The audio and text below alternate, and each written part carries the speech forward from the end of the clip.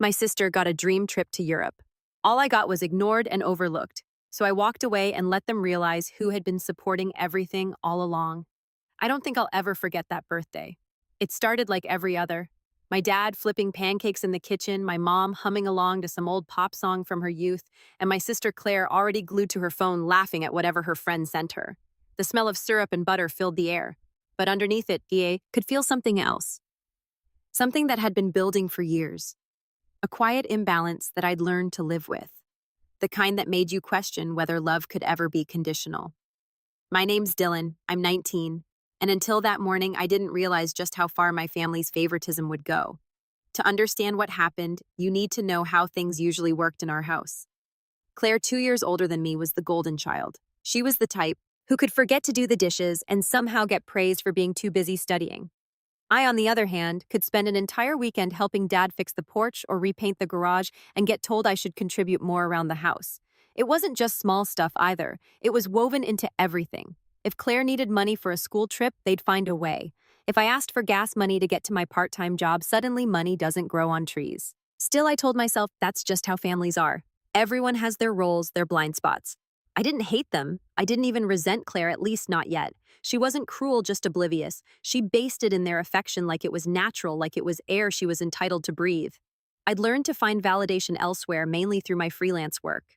I'd started doing graphic design and small website projects when I was 16. At first, it was just pocket money. But by the time I turned 18, it had become something real. I was pulling in enough to help with bills, groceries, even a chunk of the mortgage when my dad's hours got cut. They never really asked where the money came from, just accepted it when I offered. I didn't mind. Helping them felt good. I thought maybe, just maybe, they'd start to see me differently. That hope shattered on my 19th birthday. I remember Dad calling everyone to the living room after breakfast. There were presents on the coffee table, all wrapped neatly, a small pile on one side and one huge gift bag on the other. My name was written in small, neat handwriting on two of the little ones. Claire's name was sprawled across the big bag in gold lettering. "All right," Dad said, smiling. "Let's start with our birthday boy." I sat down, already trying to suppress that weird, sinking feeling in my chest. I didn't expect much. Maybe a sweater, maybe something small but thoughtful. Mom handed me a card first. Inside was a $20 gift card to a coffee shop I rarely even went to. I smiled anyway. "Thanks," I said, trying to sound genuine. Mom looked at me with that expression parents have when they're convinced they're teaching you something valuable. "We know it's not much, sweetheart," she said, "but you've got to learn that not everything is about gifts. Gratitude is what makes life rich." Dad nodded like she just quoted scripture. "Exactly. You're becoming an adult now. Dylan, it's time to appreciate the simple things." I forced a chuckle and nodded. I could feel Claire watching me from the couch, smirking a little. Then Mom turned to her. And now, for Claire's surprise, she said, her eyes lighting up. Claire tore into the giant bag, tissue paper flying everywhere until she pulled out a sleek envelope. When she opened it, her jaw dropped. "No way," she gasped. "A trip to Europe. 2 weeks in Italy and France." Dad announced proudly, clapping her on the back. "You've been working so hard, sweetheart. You deserve the world." Then he actually said it. He hugged her and whispered loud enough for me to hear, "You deserve the world." That sentence stuck in my head like a splinter. I sat there holding a $20 gift card and a lecture about gratitude while my sister was handed a dream vacation. Everyone was laughing, hugging, taking pictures. I just sat there smiling tightly, pretending my throat wasn't closing up. Later, while they were packing her travel essentials and talking about sightseeing in Rome, I went upstairs. I sat at my desk staring at my laptop, the same laptop that paid the bills they bragged about keeping up with despite tough times. I checked my bank account. The last deposit from a client had hit the night before. I'd made enough to cover another month's mortgage, but this time I didn't feel proud. I just felt stupid. That night after dinner, Dad came into my room. "Hey, bud," he said, leaning on the doorframe. "You were a bit quiet earlier." "Everything okay?" I nodded. "Yeah, just tired." He smiled faintly. "You know, one day you'll thank us for not spoiling you. Claire's trip isn't about money. It's about recognizing hard work, right?" I said, keeping my tone even. "Hard work." He didn't catch the bitterness. He just nodded and patted the doorframe before leaving. "Get some rest." When he left, I sat there for a long time. I thought about all the nights I'd stayed up coding websites, designing logos, fixing their finances when they didn't even know what was due. I thought about the way Mom had smiled at Claire that morning. so full of pride. I realized something then. It wasn't just favoritism, it was blindness. They didn't see me. Not really. To them, I was a safety net, a backup plan, a quiet son who didn't complain. So I made a decision. Around midnight, I started packing. Not dramatically, just quietly, methodically. Laptop charger, clothes, essentials. I didn't even leave a note. I'd been saving money for months thinking I might move out by summer. I just hadn't planned for it to happen overnight. But sitting there, surrounded by the faint sound of Claire laughing downstairs as she showed Mom some travel vlog about Paris, it suddenly felt like the only thing that made sense. By 1 a.m., I was gone. I rented a small studio apartment in the city. Nothing fancy but mine.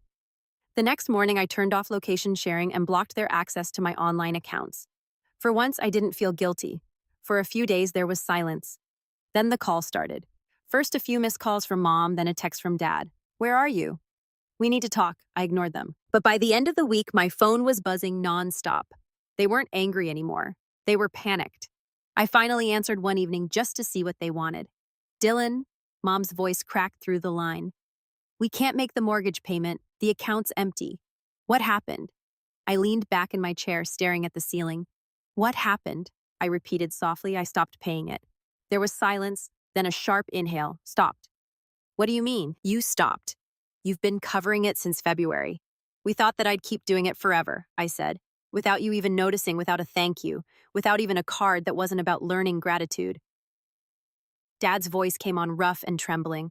"Dylan, son, this isn't funny. We have bills. We have responsibilities. So did I."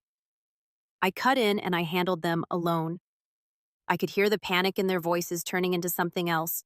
Guilt maybe, or realization, but I didn't let them speak. I learned gratitude. "All right," I said quietly, "just not the kind you meant." And then I hung up.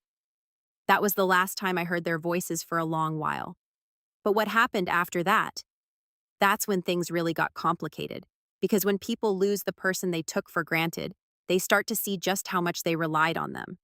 And my parents, they were about to learn that lesson in the hardest way possible. The first week after I left was the quietest my life had ever been. No footsteps outside my door, no passive-aggressive family meetings, no constant reminders that I should try to be more like my sister. My new place was tiny, just a studio with beige walls, a cracked window frame, and a mattress on the floor. But I loved it. It was freedom. For the first time, every sound in the room was mine. The soft hum of my laptop, the click of my keyboard, the boiling of cheap instant noodles. Threw myself into work. Clients poured in, mostly small businesses who needed websites or ad designs. Word of mouth spread fast because I actually cared about the projects. I wasn't rich, but I was stable, and more importantly, I was in control. My parents didn't give up easily, though. After I hung up that night, they texted every day. At first, they tried guilt. "We can't believe you'd abandon your family like this. Your sister's been crying nonstop, Dylan. She misses you. Do you have any idea how hard things are for us right now?" Then came manipulation disguised as care. "We just want to know you're safe. You can stay mad, but please come home for dinner. Let's talk it out." I didn't answer. I'd said everything I needed to. But one night, about 2 weeks after the birthday, my sister texted me. Her message popped up while I was finishing a logo design. "Claire, hey, are you really not talking to Mom and Dad?" Me, "Not right now." "Claire, they're freaking out. You kind of blindsided them." Me, "Did they tell you why, Claire? They said you're overreacting. That it's just money stuff." Me, "Yeah, I figured they'd say that." She sent a long pause, then another text. "Claire, look, I know the Europe thing looked bad, but it's not like I asked for it. They surprised me." I stared at the screen, my jaw tightening. She was right. She hadn't asked for it, but she also didn't hesitate to flaunt it. Her Instagram was full of posts about manifesting your dreams and hard work paying off while I sat in my one-room apartment eating noodles. Me, "I know you didn't, but it's the pattern. Claire, you get everything. I get lectures. Claire, that's not true. Me, you got a trip to Europe. I got a coffee card and a speech about gratitude. Claire, you're being dramatic. Me, maybe, but I'm also free now." She didn't reply. I think that was the first time I'd ever stood up to her without apologizing after. 2 days later, Mom showed up at my apartment. I was in the middle of a client call when someone started pounding on the door. I muted my mic, expecting maybe a package delivery, but no. It was her voice, trembling with a mix of frustration and concern. "Dylan, open the door, please."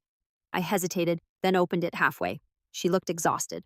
Her hair was frizzed, eyes red, makeup smudged. It was like she hadn't slept properly in days. Mom, I said quietly, you shouldn't have come here. She stepped forward like she might push the door open, but I didn't move. We're worried sick. Your father hasn't been himself. Claire's about to leave for her trip and she's a mess because of all this. I blinked. She's a mess. Don't use that tone, she said sharply. You disappeared without a word. You left us to deal with Bill's responsibilities. You mean your responsibilities? I interrupted. She frowned. We're family, Dylan. We help each other. I let out a short laugh. Not because it was funny, but because of how absurd it sounded coming from her. I did help for months. I paid for things you didn't even notice. And when I stopped, you finally realized it. Her lips pressed into a thin line. Money isn't everything, right? I said, but apparently it's enough to send Claire to Europe. Her expression shifted. Guilt, then defensiveness. You're twisting things. That trip was a reward for her effort. She's been studying, working hard. I've been working since I was 16. I snapped, my voice rising for the first time. You just didn't care because it wasn't the kind of success you could brag about to your friends. The silence that followed was heavy. For a second, I thought she might actually apologize, but then she sighed and shook her head. You've changed, she said. You're bitter. This isn't like you. Maybe I finally stopped pretending. She stood there for a moment longer, then quietly said, We'll figure something out without you. And she left. I closed the door and leaned against it, shaking not from anger, just exhaustion. A few hours later, I got another text from Claire. Claire, what did you say to Mom? She came home crying. Me, the truth. Claire, you're tearing this family apart, Dylan. Me. No, I'm just not holding it together anymore. That night, I muted the group chat permanently. The next week was calm again, almost peaceful until my aunt called. Now my Aunt Laura is the kind of person who always hears things. She's the family's unofficial gossip hub. When she called, I knew it wasn't a check on me. It was to dig. Dylan. Honey, she said in that syrupy voice. Your parents are so worried. They said you moved out suddenly. What's going on? I hesitated. Just needed space. Well, she said, lowering her tone. They mentioned something about money problems. I didn't want to pry, but it sounds serious. I clenched my jaw. Maybe they should have thought about that before lecturing me about gratitude. She chuckled softly. Oh, you sound just like your dad when he's mad. I didn't respond. Well, she continued, families fight, but they always come back together, especially when one person realizes they overreacted. That word again, overreacted. It was the word everyone used when they wanted you to forget why you were angry. Yeah? I said flatly. We'll see. A few days later, my dad finally called. I almost didn't answer, but curiosity got the better of me. Dylan, he started, his tone carefully calm. Listen, I've been thinking. Maybe we said some things that hurt you. Maybe. I said, but he continued. You have to understand, we didn't mean to make you feel less important. We just wanted to teach you responsibility. I've been responsible, I said, for your mortgage. That's not fair, he said quickly. You offered to help. We never forced you. You never asked where it came from either. I said you just took it. He sighed. You're making this bigger than it needs to be. Come home. Let's talk face to face. We'll make things right. I hesitated. Something in his tone felt rehearsed. Too diplomatic. Is this about the mortgage? I asked. There was a long pause. It's part of it, he admitted. The bank's been calling. We just need a little help getting caught up. And there it was. The real reason. Dad, I said slowly. Do you realize how insane this sounds? You're asking your 19-year-old son to pay for your house again after ignoring him for years? I'm not asking, he said, his voice tightening. I'm saying we need to work together as a family. That's what family does. No, I said, that's what I did. And you called it ungrateful. He didn't answer. I could hear him breathing heavy and frustrated. You're being selfish, Dylan. We raised you. We gave you everything. I almost laughed. You gave me a gift card and a life lesson. Remember. That was the end of the call. He hung up without saying goodbye. Over the next few days, I started hearing from extended family, uncles, cousins, even a family friend, all with the same rehearsed concern. Hey, your parents are really struggling right now. You should forgive them. They're older. They make mistakes. It's just money, man. Don't let it ruin your family. I started to realize what was happening. They were spinning the story. I was the ungrateful son who abandoned his family when they needed him most. They left out the part where they'd been living off my work without even knowing it. And the worst part, Claire started chiming in publicly. She posted a photo from the airport with the caption, "Leaving for Europe. grateful for my amazing parents who taught me what love and sacrifice look like. The comments were filled with heart emojis and "you're so blessed" messages. That night, I couldn't sleep. I kept replaying everything in my head. The lectures, the favoritism, the way they'd turn me into the villain because I stopped letting them take advantage of me. Then around midnight, another text came in, this time from an unknown number. Unknown. "Hey Dylan, this is Mr. Grant from the mortgage office. Your parents said you were still handling payments." I stared at the message for a long time. They'd given the bank my number, my personal number. Something inside me snapped. I realized this wasn't just neglect anymore, it was manipulation. They weren't trying to make things right. They were trying to drag me back into the same cycle of guilt and responsibility. And that was the moment everything shifted, because I decided that if they wanted to play games, I wasn't just going to sit back and watch anymore. They thought I was just a quiet kid who ran away after a tantrum. They had no idea I'd been keeping records, tracking payments, saving receipts, building something far bigger than they imagined. They'd mistaken kindness for weakness, but not for much longer. It's strange how betrayal doesn't always come with screaming or slamming doors. Sometimes it arrives quietly, like a soft knock in the middle of the night, unexpected, polite even. And by the time you open the door, it's already too late. That's how it felt when I realized what my parents and sister did next. After that call from the mortgage officer, I knew something wasn't right. I hadn't spoken to my parents in over a month, and I definitely hadn't authorized anything involving my name or money. So I called the number back. The next morning. "Hi, this is Dylan," I said. "I got a message last night about my parents' mortgage." The man on the line sounded surprised. "Ah, Mr. Collins. Yes, your parents mentioned you were their financial contact. We just needed to verify some recent activity." My stomach dropped. "Financial contact?" "Yes, sir," he said matter-of-factly. "Your name was added to the account last spring as a joint contributor. You've been listed for direct deposits toward mortgage coverage since then." I froze. "Added by who? Your father, I believe? It's in the records?" I could feel the blood rushing in my ears. "And what exactly was added?" He paused to scroll through his notes. "Well, originally it was just your contact information and routing number for the direct deposits, but about 2 weeks ago there was a request to link your savings account as a backup payment source." I nearly dropped the phone. "What?" "Yes," he continued calmly. "We were actually about to process a withdrawal when it was flagged. The name mismatch delayed it, but we'll need your approval too." I didn't let him finish. "Do not touch that account," I snapped. "I never authorized any of this." I hung up and just sat there, staring at the wall. My parents had linked my personal savings account to their mortgage without asking. Somehow they had enough of my information, probably from when I helped them with online payments, to submit it as a shared household account. That was the moment it hit me. This wasn't an emotional misunderstanding anymore. It wasn't about hurt feelings or favoritism. It was theft. I didn't even cry. I just went cold. After a few minutes, I called my bank. I explained everything, had them freeze the account, and changed every password I could think of: email, PayPal, design platforms, even my freelance payment portals. I spent the whole day locking my life down. That evening, as if on cue, I got a call from my dad. "Dylan," he said, voice tight, "why did the mortgage payment bounce? The bank said something about unauthorized access." I took a breath, trying to steady my voice. "Because you tried to steal from me?" His tone changed instantly. "Watch your mouth." "No," I said, my voice rising. "You used my savings account. You tried to take my money without even asking." "That's not what happened," he said quickly. "It was a misunderstanding." "Don't," I interrupted. "Don't even try that." I called the bank. They said you submitted my account as a backup source. Do you even realize how illegal that is? There was silence on the other end for a few seconds before he finally said, "We did what we had to do. The bank was threatening foreclosure. You're part of this family, Dylan. You should want to help." "Help?" I repeated, my voice trembling with anger. "You mean bail you out again without consent? You're blowing this out of proportion," he snapped. "You've always been so sensitive. You make a little money and suddenly think you're better than everyone else."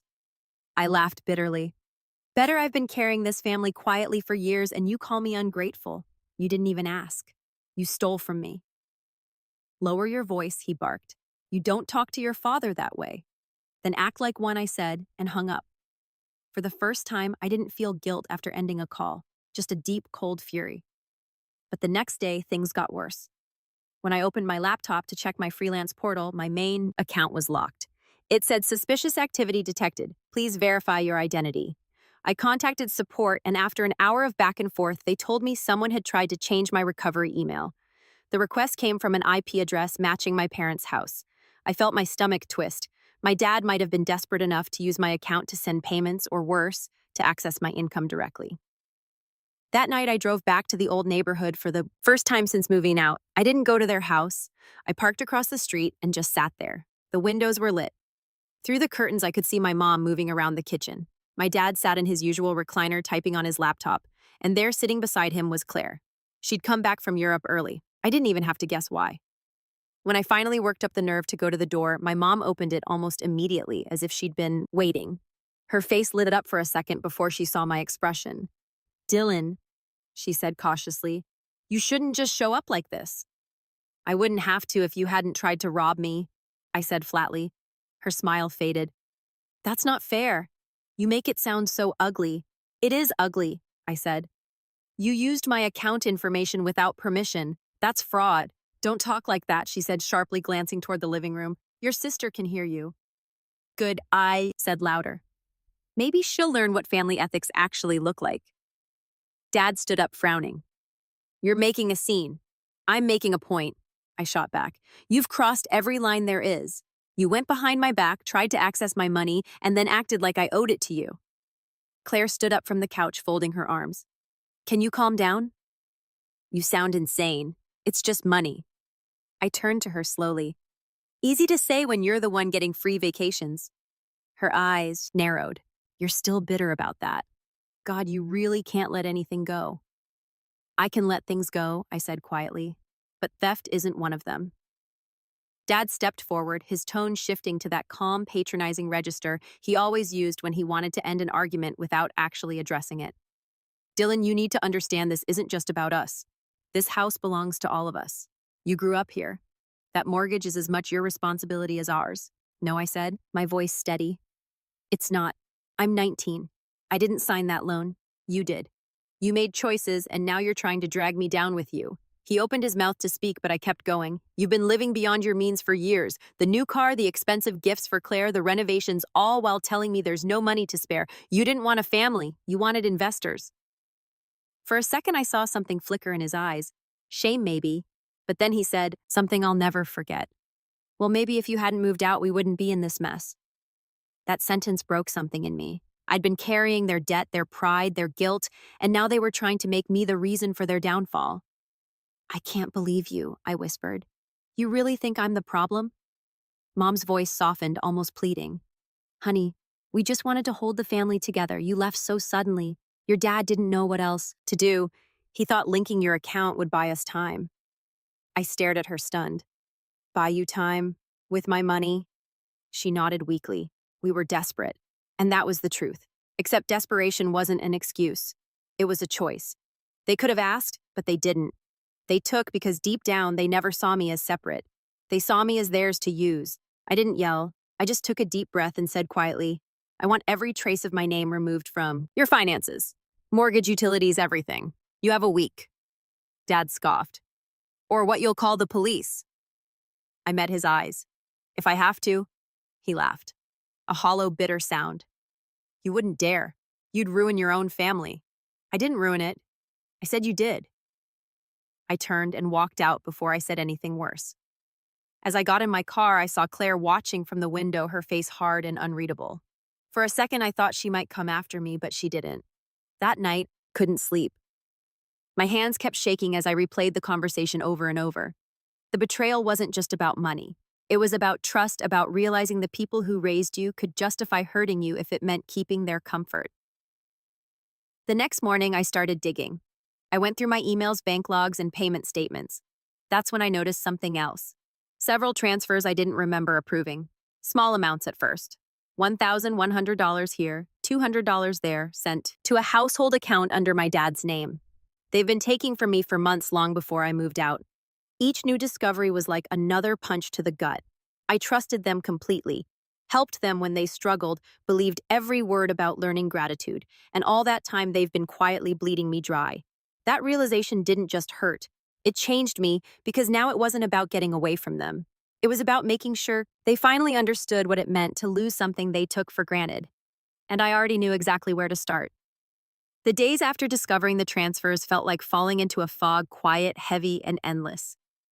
Every morning I woke up in that small apartment with sunlight filtering through the thin curtains, and for a few seconds everything felt normal. Then it would hit me all over again. My parents, my own family had been stealing from me for months. I wasn't angry at first, I was just numb. I'd always thought betrayal would feel explosive like rage or heartbreak. But this wasn't fire, it was frost. It crept into everything I did. The way I ate, worked, slept. I'd sit in front of my laptop staring at a blank canvas cursor blinking, and the thought would slide in. They didn't even ask. The work that once gave me pride now just felt like proof of my stupidity. Every dollar I'd earned, every late night I'd stayed up finishing a client's project had gone into their house, their life, their comfort, and they hadn't even seen me as a person, just a resource. I stopped answering emails for a while. I missed deadlines. My freelance profile took a hit. And one client even left a comment saying, "Talented but unreliable."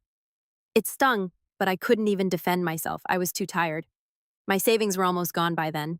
I transferred what was left into a new account, but after paying rent and food, it was shrinking fast. I'd never been reckless with money, but when your brain is spinning with betrayal, you stop thinking straight. I'd buy takeout. I didn't finish scroll online stores without buying anything and then feel guilty for wasting time. My phone was quiet for a few days, blessedly quiet until one afternoon when I got a text from Claire. "Claire, you're being dramatic again. Mom's a wreck. Me, she should have thought about that before lying to me." "Claire, you're really going to destroy our family over money." Me. "It's not about the money, Claire." "Then what is it about, Dylan? You've always had to make everything about you." That one hurt more than I wanted to admit. I stared at it for a long time before typing back. Me. "You wouldn't understand. You've never had to earn anything on your own." She didn't reply, but 10 minutes later I saw her post something on Instagram. "A family that sticks together can survive anything." The photo was of her mom and dad sitting at a restaurant, smiling, laughing like nothing had happened. That's when the anger started to replace the numbness.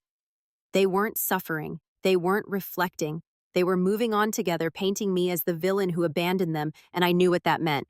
They were telling everyone their version of the story. I could already imagine the whispers at church or among family friends. Poor Colin's family. Their son turned against them after all they did for him. The idea made me sick. A few nights later, I got another call from an unknown number. Normally, I would have ignored it, but I was half asleep and answered without thinking. "Dylan, it was my dad's voice. Listen, I know you're angry, but this is getting out of hand. We can't afford the next payment. You've made your point. Now come home." I stayed silent for a few seconds. He sighed. "Don't punish your mother for my mistakes. She's been crying every night." "Has she?" I said softly. "Crying because she feels guilty or because the money stopped?" There was a long pause. "Do you really want to destroy your family?" He said finally. "You think this makes you strong, but it's selfish. We gave you everything, Dylan. Food, clothes, a roof. You took everything I interrupted. You used me, Dad, and you didn't even see it. You thought, because I didn't complain, it meant I didn't notice." His tone hardened. "You're talking like a stranger, like someone poisoned you against us." I almost laughed. "I didn't need anyone to. You did that yourself." And then I hung up again. That night, I couldn't sleep. The walls of my apartment felt closer than usual. I kept thinking about what he said. "We gave you everything." It was the kind of line parents used when they wanted to rewrite history, but the truth was simpler. I'd given them everything. They just didn't want to admit it.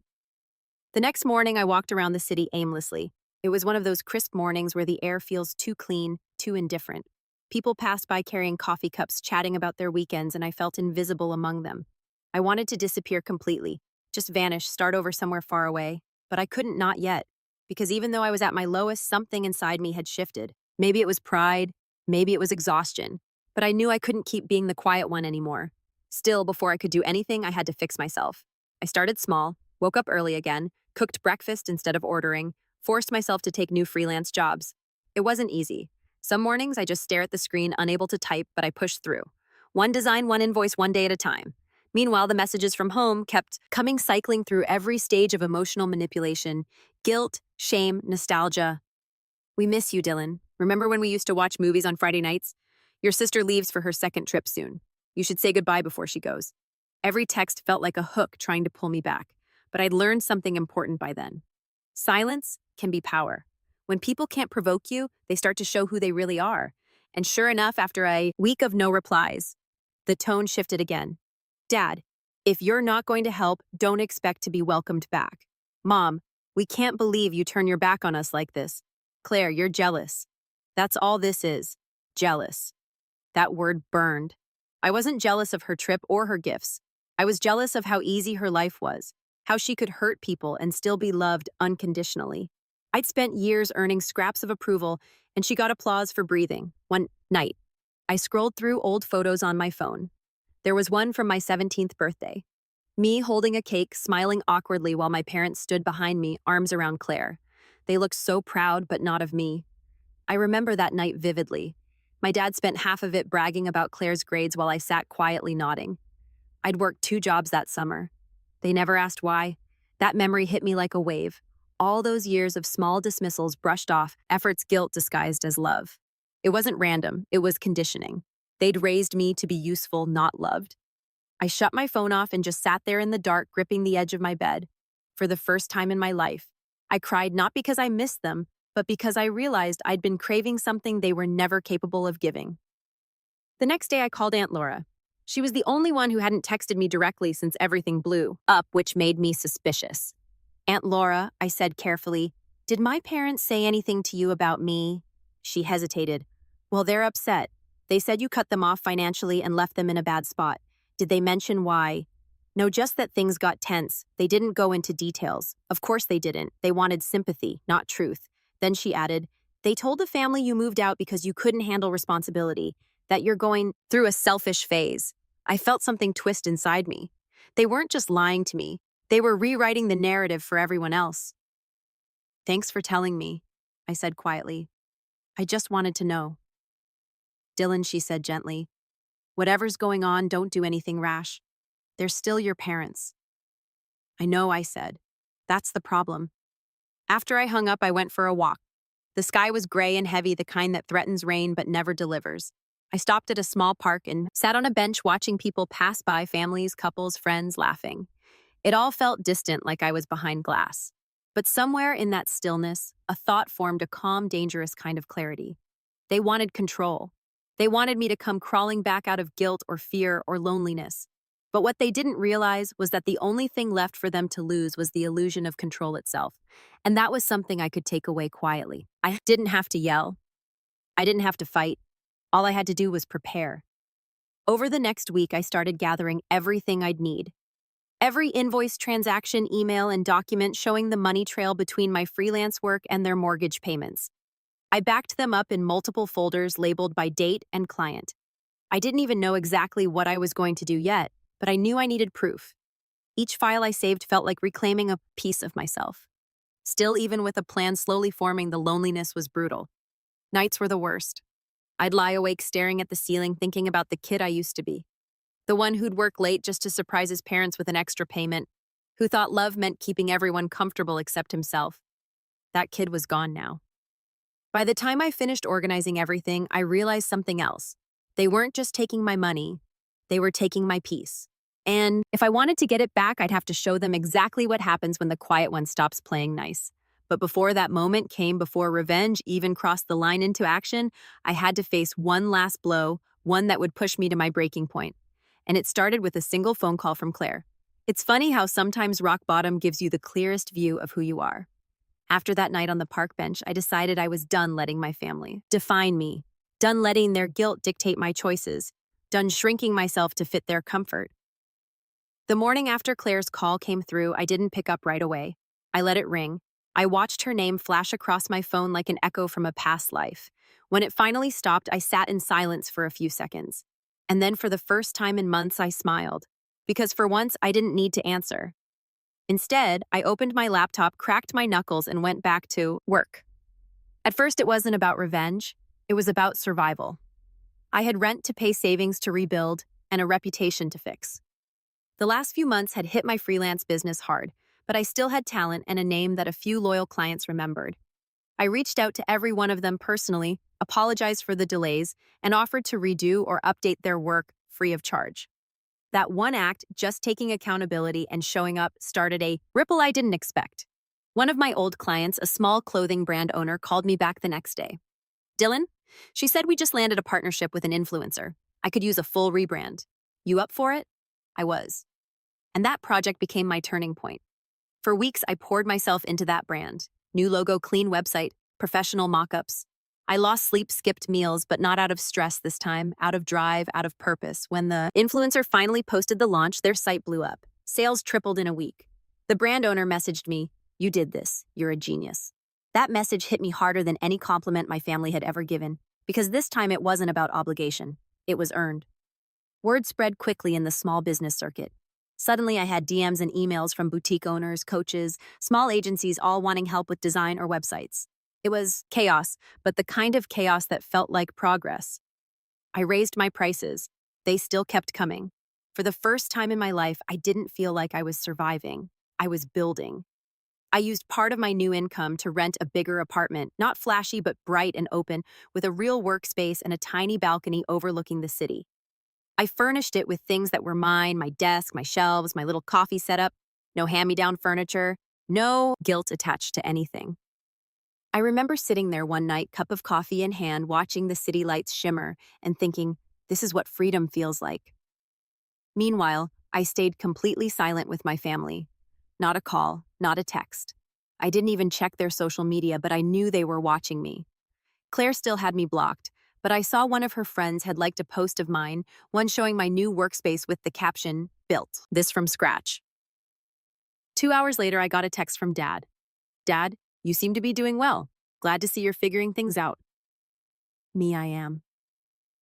"Dad, maybe you can stop holding grudges and come by for dinner sometime. We can talk like adults." I didn't reply because talk like adults was his code for let's pretend nothing happened. The truth was, my silence was the conversation. It said everything I needed to. Over the next few months, things only got better. My freelancing snowballed into something bigger, a small design studio of my own. I hired a few part-timers from an online community. People like me who were good at their craft but underpaid and underestimated. We called ourselves Kite Studio. I didn't even tell my family about it. They didn't deserve to know. We started picking up real clients, startups, influencers, small e-commerce brands. I built systems, hired a bookkeeper, learned how to market properly. There were nights I fell asleep at my desk, but I woke up proud instead of drained. I could feel myself becoming someone new. Then one day a message came through that made me pause. It was from an old high school teacher, Mrs. Porter. She'd seen my designs online and wanted me to speak to her business class about freelancing and independence. Standing in front of that classroom weeks later talking about contracts, creative freedom, and financial control. Something clicked. Was confident, articulate. People listened. Afterward, one of the students came up to me and said, "I wish my parents supported what I do like yours must have supported you." That one stung a little, but I smiled anyway. Sometimes I said, "You have to support yourself first." That became my quiet motto. I stopped defining myself by what my family did to me. I started defining myself by what I built despite them. Still, that didn't mean I forgot. Not even close. Because every time I logged into my bank app, I'd see the old account listed below, frozen empty, still carrying their name next to mine. It was a quiet reminder that unfinished business was waiting. Then a few weeks later, my past came knocking again, literally. It was a Sunday afternoon. I was working on invoices when someone buzzed my door. When I checked the intercom, I nearly dropped my coffee. It was Claire. She was wearing designer, sunglasses, holding a shopping bag, looking exactly how I remembered her, polished, untouchable, and oblivious. I almost didn't open the door, but curiosity got the better of me. When I did, she smiled like nothing had ever happened. "Hey, stranger." I crossed my arms. "What do you want, Claire?" She walked in without waiting for an invitation, looking around like she was inspecting the place. "Wow, this is nice. Way better than I expected." "Yeah," I said, flatly. "I worked for it." She ignored the jab and sat on the edge of my couch. "Mom's been begging me to come talk to you. She's worried. You're still not answering her calls." "I'm not interested," I said. She sighed like I was the difficult one. "Dylan, this is getting ridiculous. They're your parents. You can't just cut them out forever." I looked at her carefully. "Did they send you here, or did you come on your own?" She hesitated just enough for me to know the answer. "They just want to make peace," she said softly. "Things have been hard. Dad's been stressed. The mortgage, mom's health." "Stop," I said. Don't start with guilt. I'm not, she said quickly. I just think you're holding on to resentment for no reason. I laughed sharp and humorless. No reason. They stole from me, Claire. They took money from my account without asking. That's not a misunderstanding, that's a crime. Her expression hardened. You always have, to make everything sound dramatic. I stepped closer, voice low. Do you know what's dramatic? Having to freeze your own savings because your parents forged your information. She didn't respond. She just looked away, tapping her nails against her knee. Then she muttered, You always were overprotective of your money. Something in me shifted. Overprotective, I said slowly. You mean the money that kept the roof over your head for 2 years? That overprotective money. She looked up at me, finally losing her composure. You're so self-righteous, Dylan. You think you're the only one who's ever helped this family? You think because you made a few dollars online it makes you better than us? No, I said, calm now. It makes me independent. That's something you wouldn't understand. She stood up, her voice rising. You know what fines stay bitter, but when things fall apart again, don't expect us to come running to save you. I smiled faintly. You never saved me, I just finally stopped saving you. She glared at me, grabbed her bag, and stormed out. The second the door closed, I let out a shaky breath. My hands were trembling, but not from fear, from clarity. That conversation was the final push I needed. That night, I opened my laptop again. The folder with all my evidence, receipts, deposits, account links had been sitting untouched for months.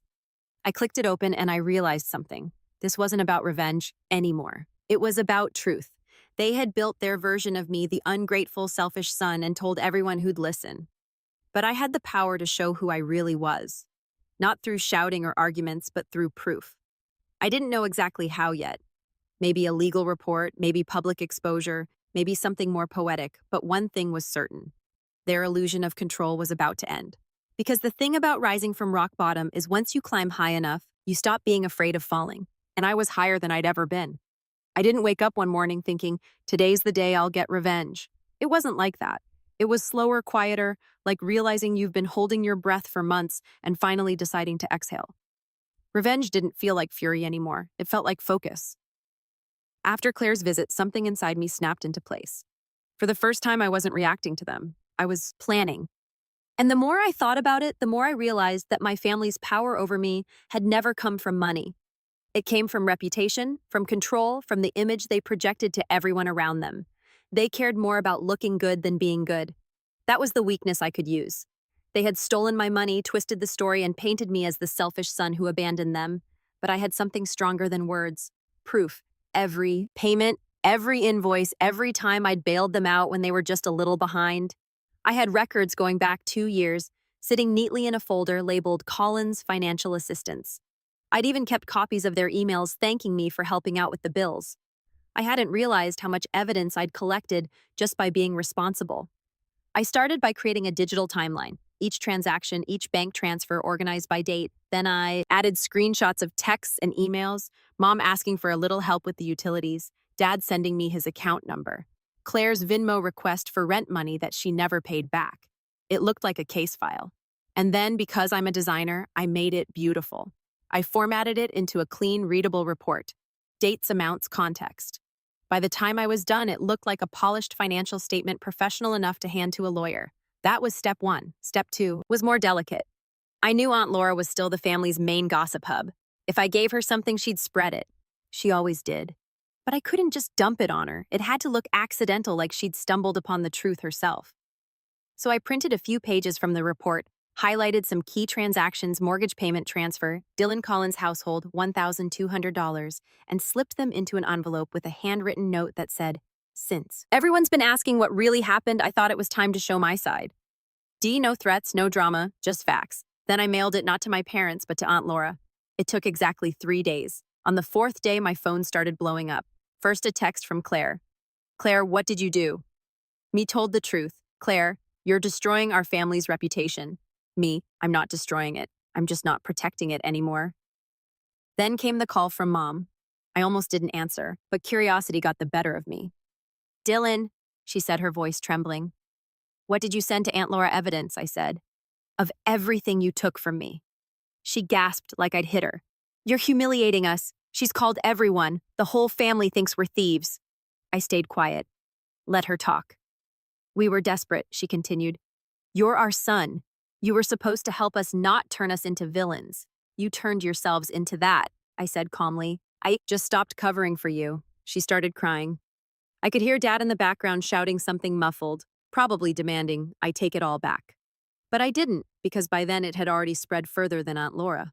My cousin texted me saying half the family chat was in chaos. Some people were defending my parents. Others were stunned, saying they had no idea I'd been helping them financially. It didn't matter which side they took. The important part was that the truth was finally out. For the first time, my parents had to live with the consequences of their own actions without me shielding them.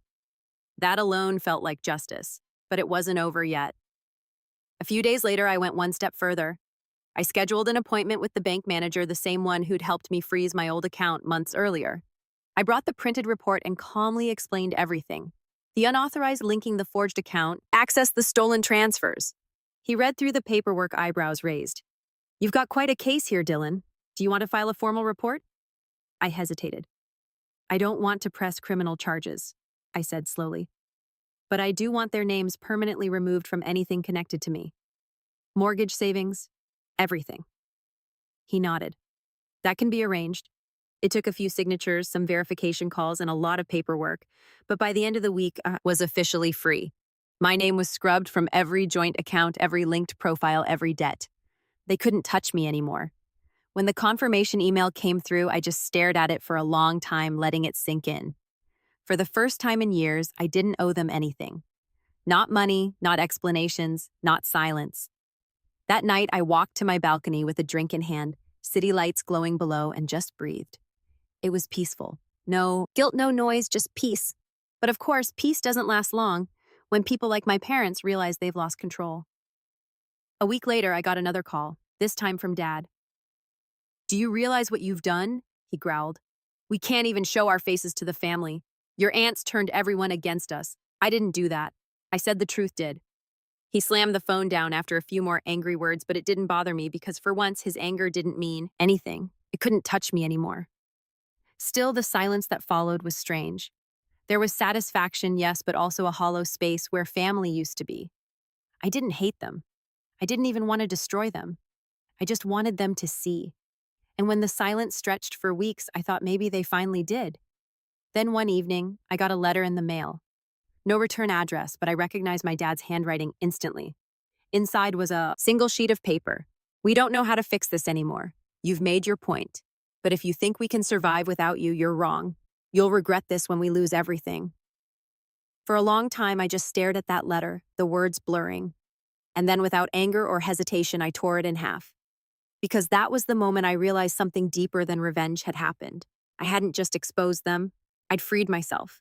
They wanted me to feel guilty forever, to keep playing the role of the quiet, dependable son. But now every chain they tied me with, emotional, financial, familial, was gone. And as for them, they built their world on my back. Now they were learning how fragile it was without me holding it up, but they still hadn't learned the final lesson that was coming next. It took about 3 months for everything to fall apart for them. Not because of me, because the truth always eats through lies eventually. After that letter, I didn't reach out again.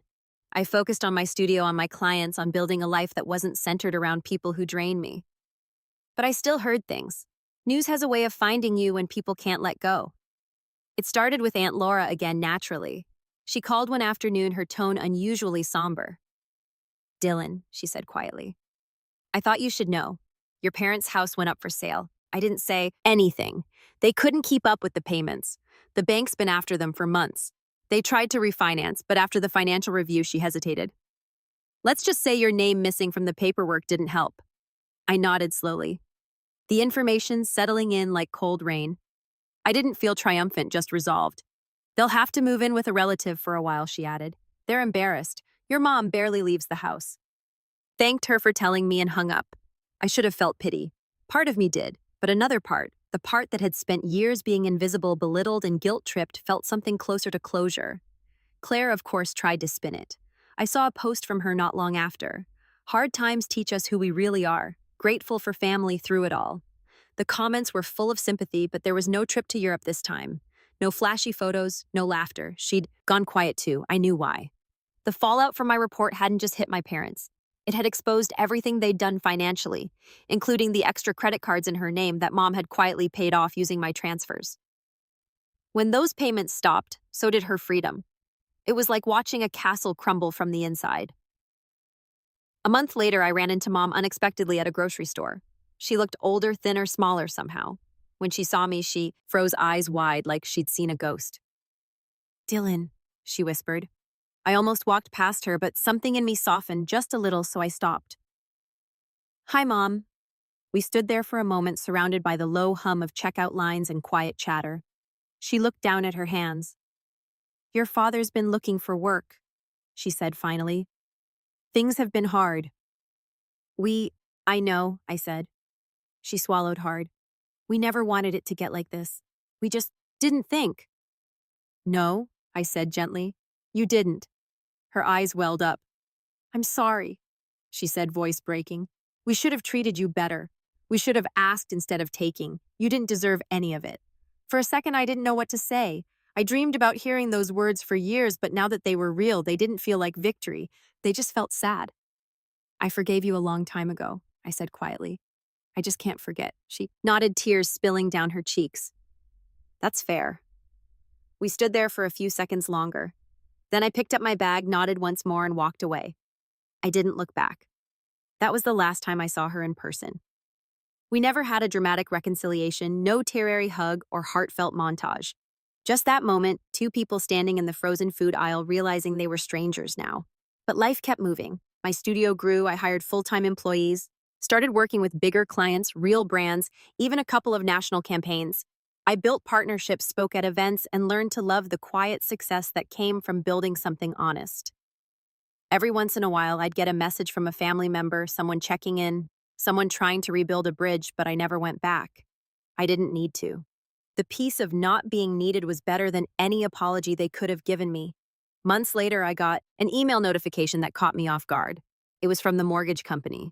A final closure notice confirming the Collins property had been sold and the account settled. I stared at the screen for a long time. That house had been my entire childhood. It held every memory, good and bad, every version of me they'd ever ignored. And now it was gone. But instead of sadness, all I felt was lightness. Like I'd finally dropped a weight I'd been carrying for years. That night, I stood on my balcony again, city lights stretching out below the wind, cool against my skin. I thought about the kid I used to be, the one who sat in his room working late into the night, desperate for approval that never came. He was gone now. In his place stood someone who didn't need to prove anything to anyone. I picked up my phone, scrolled through the contact list, and hovered over Dad. For a second, I thought about calling, saying something, maybe even a goodbye, but then I realized I already had. I deleted the contact. Then, looking out at the skyline, I whispered to no one in particular. I learned gratitude. "Dad, just not the kind you meant." And this time I actually smiled.